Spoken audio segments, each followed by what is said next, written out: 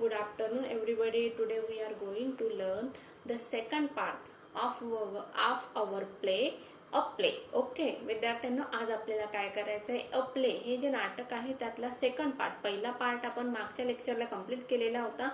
आज आपल्याला सेकंड पार्टकडे वळायचं आहे. थोडक्यात ही स्टोरी मी तुम्हाला अतिशय 1 मिनिटात सांगणार आहे. चोरापासून ही स्टोरी सुरू झालेली आहे, कथा सुरू झालेली आहे. चोराने कोणावर आरोप केला?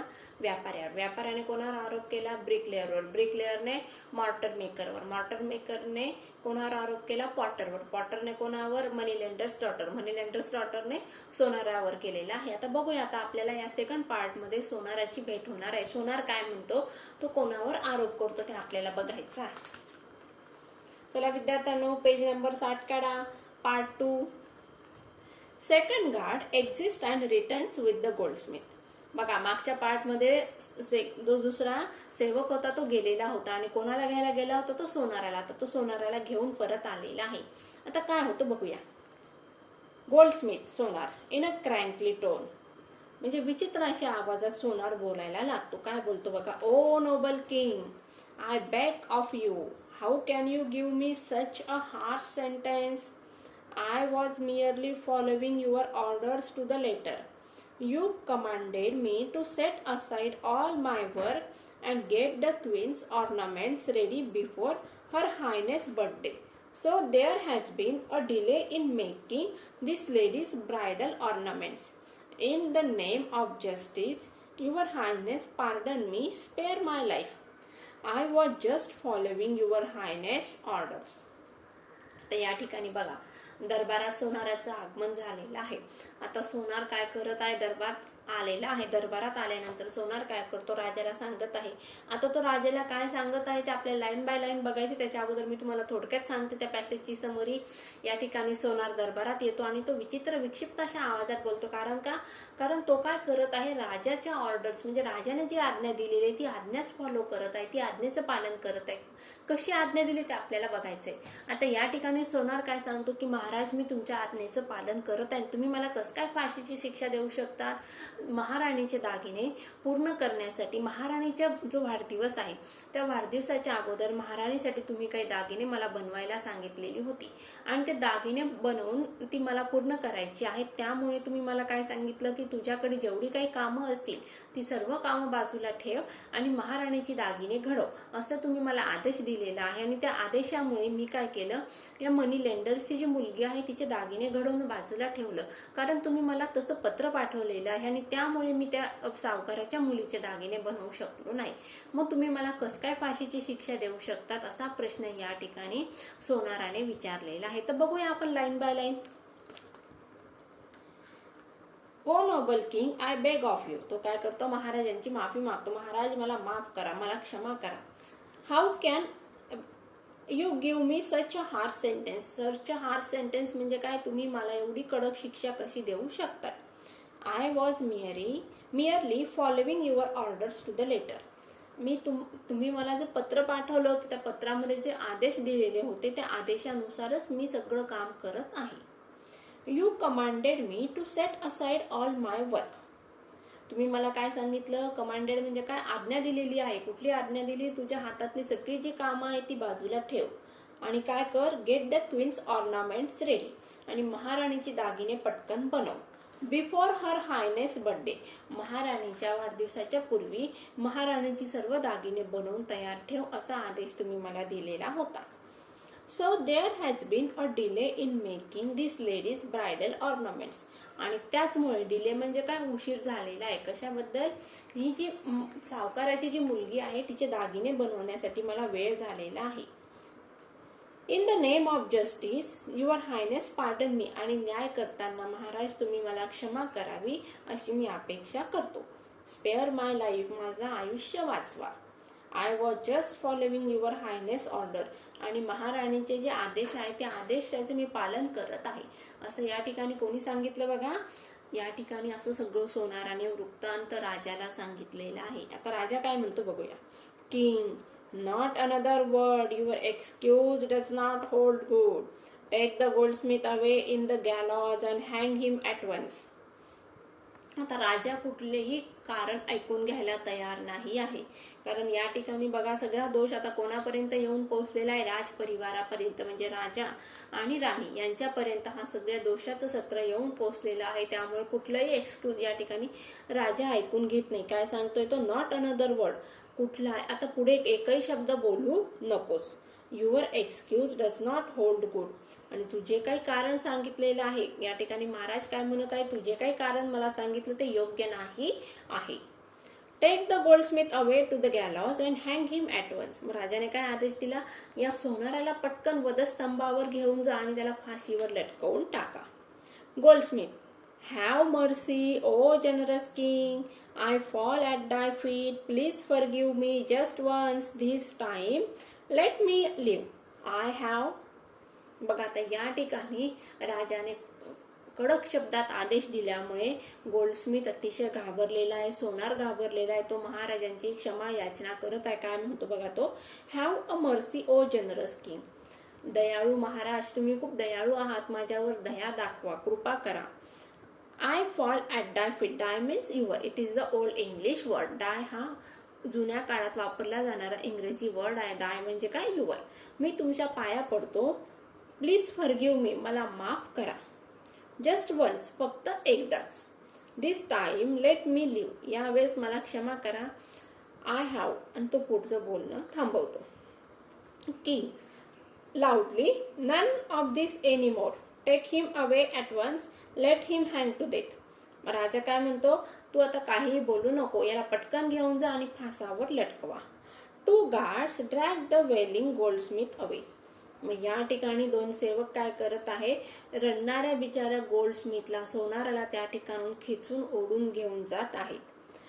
Courtiers and others whisper to one another out of shock. या ठिकाणी बघा आता प्रत्येक जण कुजबुजतोय, मोठ्याने बोलत आहे का नाही, एकमेकांच्या कानामध्ये प्रत्येक जण हळू आवाजात कुजबुजून राहिलेला आहे. Soon the guards return with the Goldsmith and the हँगमॅन. आणि त्याच वेळी मग गार्ड्स म्हणजे काय, सेवक परत येतात. कोणाला घेऊन येतात ते परत, गोल्डस्मिथला, सोनाराला. आणि हँगमॅन म्हणजे काय, फासावर जो लटकवतो त्याला म्हटलं जातं जल्लाद. त्या जल्लादाने सोनार आणि दोन सेवक परत येत आहेत. काय होतं बघूया. किंग अनॉइड, वैतागतो बिचारा राजा. What, why have you not carried out my orders, hang the goldsmith at this moment or else you will suffer the same punishment. मग आता राजा काय म्हणतो, वैतागतो बिचाराने काय म्हणतोय, काय अजूनपर्यंत तुम्ही माझ्या आदेशाचं पालन केलं नाही, हँग, पटकन या सोनाराला याच क्षणाला फासावर लटकवा, आणि तुम्ही जर असं केलं नाही तर मी तुम्हालाच फासावर लटकवून देईन. हँगमॅन, बिचारा जल्लाद काय म्हणतो बघूया. Holding a noose in his hand, noose means गळफास. बघा या ठिकाणी जल्लादचं पिक्चर आपल्याला पुस्तकामध्ये दिलेलं आहे, त्याच्या हातात काय आहे, तो फासावर लटकवण्यासाठीचा जो दोरा असतो तो गळफास या ठिकाणी दिलेला आहे. गळफास आलं लक्षात, नूज म्हणजे गळफास. अ 1000 apologies, O great king, but this noose does not fit the goldsmith's knife. It is too loose. आता हँगमॅन म्हणजे जल्लाद काय करतो, महाराजांची माफी मागतो.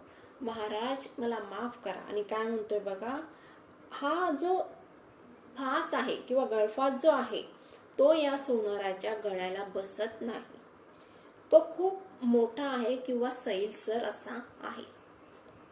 King, then try it around everyone's neck here, pointing to the subject, and see who it fits. Whoever has a neck of the size of the nose must be hanged.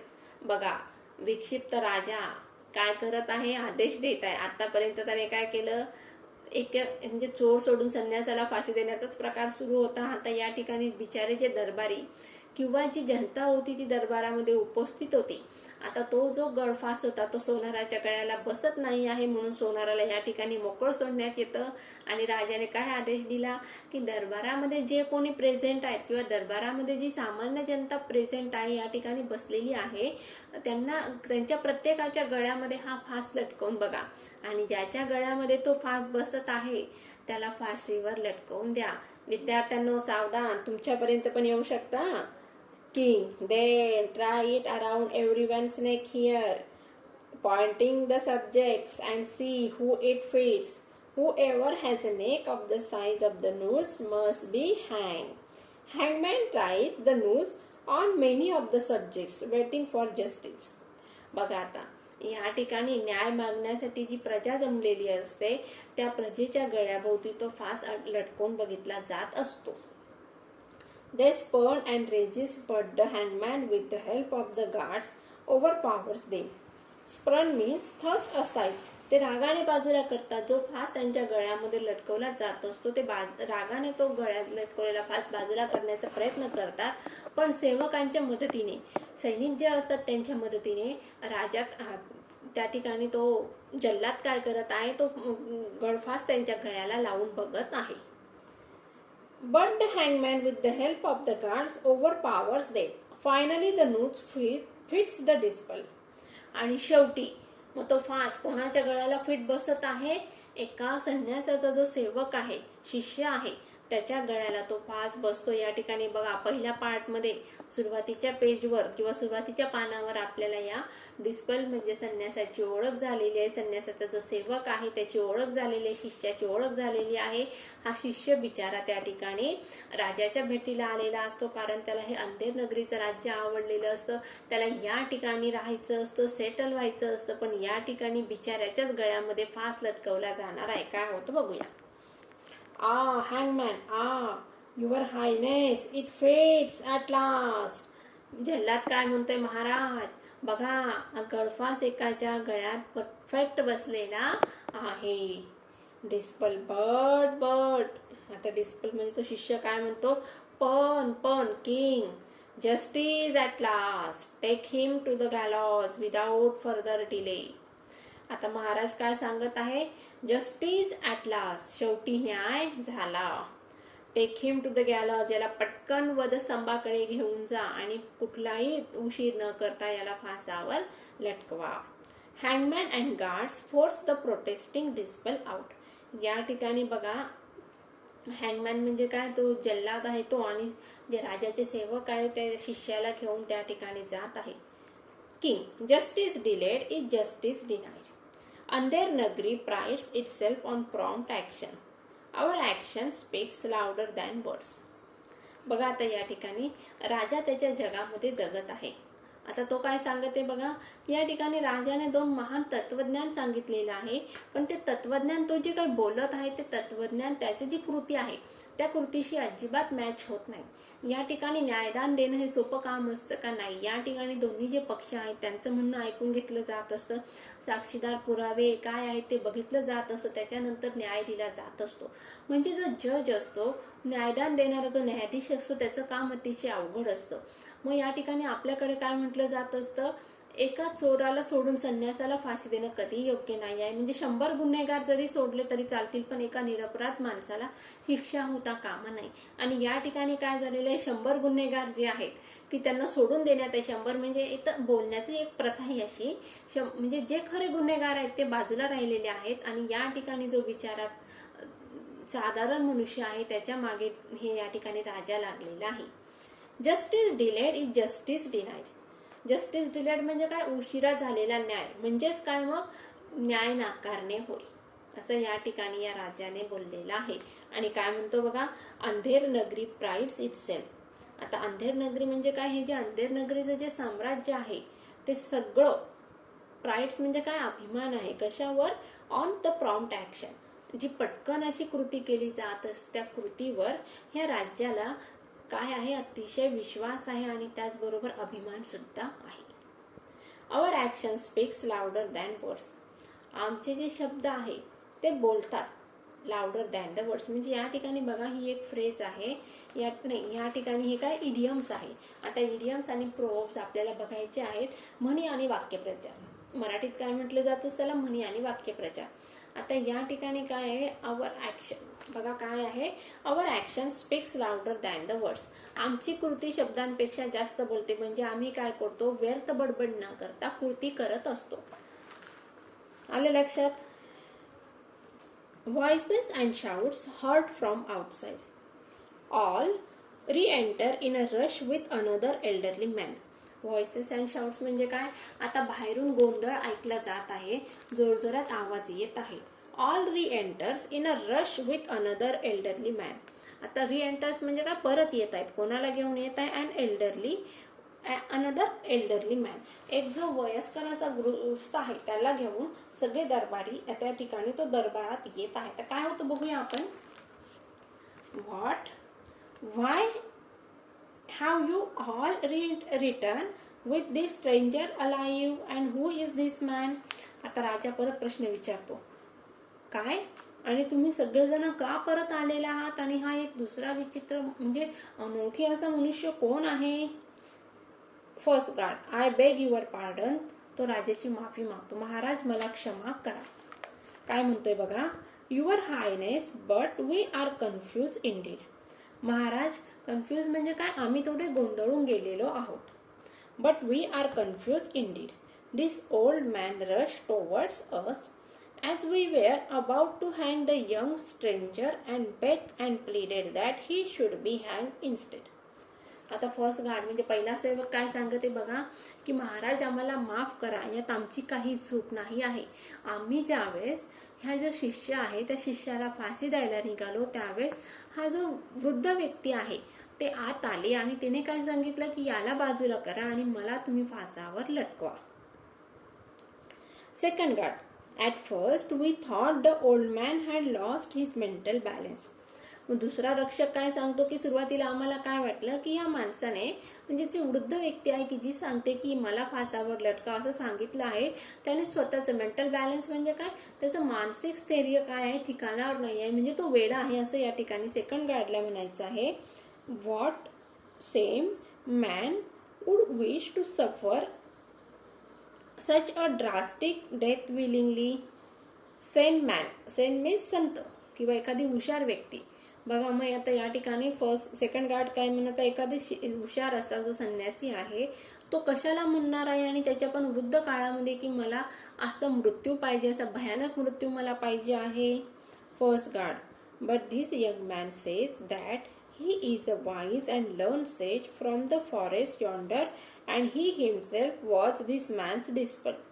आता first guard अजून माहिती सांगत आहे राजाला. काय सांगत आहे बघा, but this young man says, पण हा जो तरुण व्यक्ती आहे म्हणजे ज्याला आपण फाशी देत आहोत त्याने काय सांगितलं होतं, he is a wise and learn says from the forest yonder. तो कोण आहे बघा, ही इज अ वाईज, आणि ते जे गृहस्थ आता दरबारात आले आहेत ते हुशार, आणि वाईज म्हणजे हुशार, आणि लर्न म्हणजे काय शिक्षित असे संत आहेत, आणि ते कुठून आले बघा, फॉरेस्ट यॉन्डर म्हणजे आपला जो राज्य आहे त्या राज्याचा जो जंगलाचा भाग आहे त्या पलीकडच्या भागाकडून ते या ठिकाणी आलेले आहे. He himself was this man's disciple, आणि ज्याला आपण फाशीवर लटकवत आहोत तो स्वतः या जो गुरुजी आहे त्यांचा शिष्य आहे. बघा विद्यार्थ्यांनो, अशा प्रकारे आज आपण स्टोरीचा जे वन ॲक्ट प्ले आहे त्याच्या सेकंड पार्टमध्ये कुठपर्यंत येऊन पोहोचलेलो आहे. तर या ठिकाणी ज्यावेळेस प्रत्यक्ष दरबारामध्ये सोनाराला बोलवण्यात येतं आणि महाराज काय करतात, मग स्वतःची जी आज्ञा केलेली असते ती आज्ञा पण या ठिकाणी न मानता, म्हणजे स्वतःने जे काही आदेश दिलेला असतो त्या आदेशामुळे सोनाराने काम केलेलं नाही हे सोनार ज्यावेळेस सांगतो ते पण योग्य न मानता या ठिकाणी महाराज काय करत आहे, सोनाराला फाशी द्यायला सांगतात आणि मग त्याला वधस्तंभाकडे घेऊन जाण्यात येते. कोणाला, सोनाराला. आणि त्या ठिकाणी जो गळफास असतो तर गळफास आता सोनाराच्या गळ्याला फिट बसत नाही, म्हणून काय केलं जात आहे, त्याला परत दरबारात घेऊन येण्यात येतं.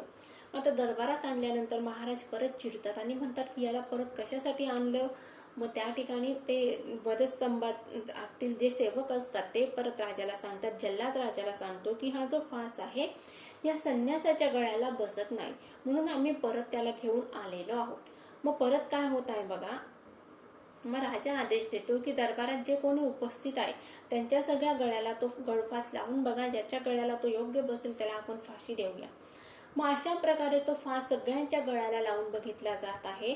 आणि मग शेवटी तो फास जो शिष्य असतो, संन्यासाचा जो शिष्य असतो तो या ठिकाणी दरबारात आलेला असतो, त्याच्या गळ्याला योग्य बसतो आणि त्याला फासावर लटकवण्यासाठी सेवक घेऊन जातात.